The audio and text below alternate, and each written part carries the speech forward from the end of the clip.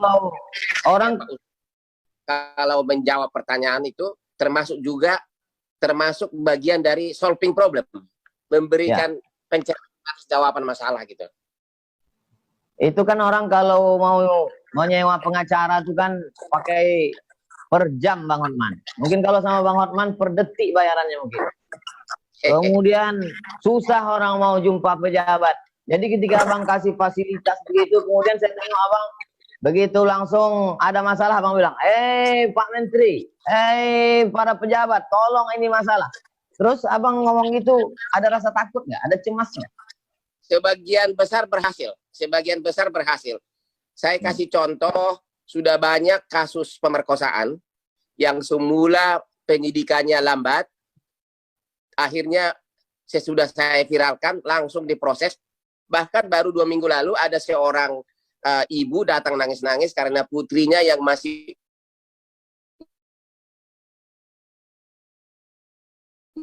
umur 5 tahun penyidikannya agak lambat, tapi sesudah datang ke Kopi Joni saya viralkan, sudah berhasil, dan kemarin si bapak pelakunya itu divonis 10 tahun penjara. Sama juga di daerah Priok, pernah umur gadis 14 tahun, diperkosa sampai dikali oleh seniornya di Pramuka, dan dia tidak berani mengadu. Sesudah saya viralkan, akhirnya si pelaku itu sudah divonis 9 tahun penjara. Jadi sebagian besar berhasil, kecuali lawannya terlalu kuat, lobinya kuat, ya memang nggak berhasil gitu. Tapi kalau memang kalau memang hanya karena kurang perhatian dari aparat, bukan karena lobi yang kuat, hampir semua berhasil dari Kopi John.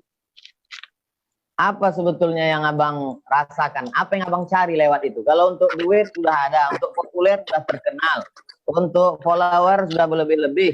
Apa yang Abang cari? Apa yang Abang rasakan melalui menolong orang kesulitan di Kopi John? Motivasinya sama sekali tidak ada niat untuk terkenal, karena saya sudah super terkenal. Motivasi saya semula berkantor di Sudirman. Saya 22 tahun berkantor di Sudirman. Cuma karena ada pembangunan kereta api bawah tanah, akhirnya saya pindah kantor saya ke Kelapa Gading. Jadi cuma 5 menit dari kantor saya ke rumah saya. Karena waktu paginya banyak waktu, biasanya kan ke Sudirman itu macet. Sekarang kantor saya sudah dekat rumah, maka pagi itu saya ada waktu ke suatu warung pinggir jalan namanya Kopi Joni. Ya. Saya suka ngopi, dan rekan-rekan artis selebriti yang biasanya selebriti itu kan walaupun tampang selebriti kan, tapi sebagian besar nggak sanggup bayar pengacara. Jadi pada datang ke sana gratis, ya. Otomatis wartawan juga datang, ya. Meluas. Akhirnya, jadi sama sekali tidak ada maksud untuk popularitas, karena biasanya orang mula-mula lulus fakultas hukum, dia kerja di LBH seolah-olah pahlawan masyarakat, tapi sebenarnya karena dia belum dapat pekerjaan. Kalau saya udah 36 tahun jadi lawyer sukses, tapi karena melihat betapa banyaknya demand permintaan seperti itu, kadang-kadang rakyat itu hanya curhat aja, hatinya sudah tenang. Akhirnya minggu saya layani. Cuma gara-gara Kopi John ini udah 3 bulan nggak bisa ketemu lagi. Gara-gara corona. Seandainya nggak lockdown nih Bang Lukman, Bang Hotman, seandainya normal nih suasana, saya yakin nih Bang Hotman, saya yakin mungkin Pak Novel Baswedan mungkin datang juga ke Kopi Joni. Pasti dia nanya Bang Hotman, kok bisa orang menyiram nggak sengaja? Kira-kira gimana tuh Bang? Saya nggak paham secara hukum. Ya, itu banyak pertanyaan. Tapi karena saya kebetulan tidak terlalu mendalami kasusnya, tapi memang di IG saya sudah ribuan orang mempertanyakan itu. Jadi minta memberikan komentar. Cuma karena masih proses persidangan, saya belum bisa komentar. Tapi di antara yang sulit untuk saya, yang bodoh masalah hukum konvensional nih Bang Hotman, yang sulit saya percaya untuk itu nggak sengaja itu bangun pagi itu kan payah Bang Hotman. Masa iya bangun pagi membeli air kerasnya lagi kan? Nah itu, tapi karena Bang Hotman belum mendalami, saya nggak bisa juga maksa Bang Hotman. Saya ada pertanyaan Pak Ustadz yang mau saya tanya. Dalam bidang kepengacaraan seperti yang saya alami ini, ada namanya solving problem out of the box. Artinya apa? Karena jam terbang yang tinggi, kita kadang-kadang kalau suasana kejepit, selalu otak itu mutar sendiri, cari jawaban, memuaskan lawan maupun perdebatan di sidang karena kita sudah terlatih untuk itu. Apalagi kalau pengacara itu ada yang pengacara lahir dari kandungan. Saya yakin saya sudah lahir dari kandungan ibu saya. Kalau ada kan born to be a king, saya born to be a lawyer. Saya mau tanya Pak Ustadz, karena ciri khas seperti itu juga ada sama Pak Ustadz. Saya perhatikan kalau Ustadz itu menjawab persoalan orang, selalu ada solving problemnya yang keluar otomatis dari pemikiran Pak Ustadz. Apakah itu dari pengalaman terlalu lama ceramah, atau memang instingnya Pak Ustadz yang tinggi, atau memang sudah lahir sebagai Ustadz, atau bagaimana? Atau pendidikan sekolah? Out of the box thinking namanya. Saya kira Abang sudah menjawab sendiri pertanyaan Abang. Yang pertama kadang pertanyaan itu berulang-ulang, Bang. Itu juga. Yang kedua, karena saya dulu sekolah di Mesir, itu masuk kelas nggak boleh bawa kertas, cuma bawa satu pena saja. Kalau kita mencontek, kita mesti hafal itu semua. Kalau kita mencontek ketahuan, visa kita dicabut, di deportasi. Lalu kemudian mungkin faktor doa orang tua juga. Mak saya mendoakan supaya jadi ustadz. Mungkin yang terakhirnya itu born to be ustadz. Born to be ustadz ya.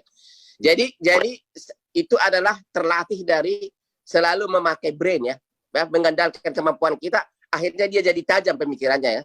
Artinya ibarat air, kalau dia mengalir, dia pada saat dia air itu kejepit, akhirnya dia mencari alurnya sendiri, begitu kira-kira. Setuju ya? Iya Bang, ada namanya Ibnu Hajar. Ibnu itu anak, Hajar itu batu, anak batu. Jadi dia sulit untuk belajar. Lalu kemudian suatu hari dia lihat ada batu besar ditetesi oleh air. Air yang terus menetes. Sampai akhirnya batu itu berlubang. Disitulah dia, kalau kita sering ketuk pintu, lama-lama yang punya rumah dibukakannya juga pintu. Kalau terus ditetesi, jadi saya kira termasuklah juga kita ini, saking seringnya kita intip-intipan IG ini, akhirnya jumpa juga kita. Pernah saya intip IG Bang Hotman itu, Abang posting video saya tentang bangun subuh. Saya katakan berawal dari keterpaksaan, lalu kemudian menjadi kebiasaan. Abang posting itu di IG Abang, berawal dari keterpaksaan, lalu kemudian berubah menjadi kebiasaan. Apa yang menarik bagi Abang tentang bangun subuh? Karena itulah yang saya alami tiap hari. Karena terpaksa kita harus mencari solusinya. Akhirnya menjadi kebiasaan. Itulah saya itu, kalau saya kan selalu real case tiap hari. Tiap hari case itu tambah satu, besok tambah satu. Sementara ratusan perkara masih pending di Mahkamah Agung, pending di sini. Sehingga otak kita itu menjadi seperti legal mind istilahnya. Bahkan kalau saya renang di subuh hari itu, makanya saya selalu bangun jam 4 subuh. Saya di kolam renang itu tidak mikirin artis cantik, tapi yang di pikiran saya itu adalah ini bagaimana ini memenangkan ini, beslah begini, ini perkara ini masih banding. Otomatis itu berpikir terus. Karena apa? Terpaksa. Karena apa? Kita udah terima honor, tanggung jawab. Akhirnya otak itu lama-lama jadi terbiasa.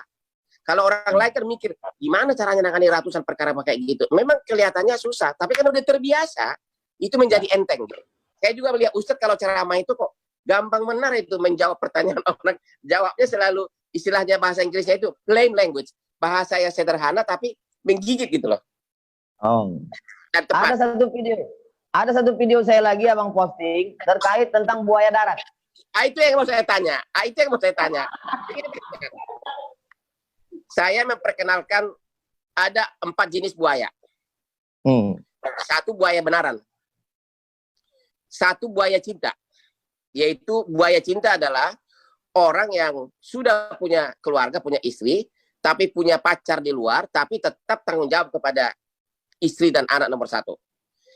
Yang ketiga buaya darat. Buaya darat ini adalah orang yang punya istri, tapi juga punya pacar-pacar di luar dan kawin terus gitu loh. Satu lagi, tapi dia masih memperhatikan anak istri. Yang terakhir adalah buaya jahanam, yaitu punya istri, nikah, dan anak istrinya dibuang.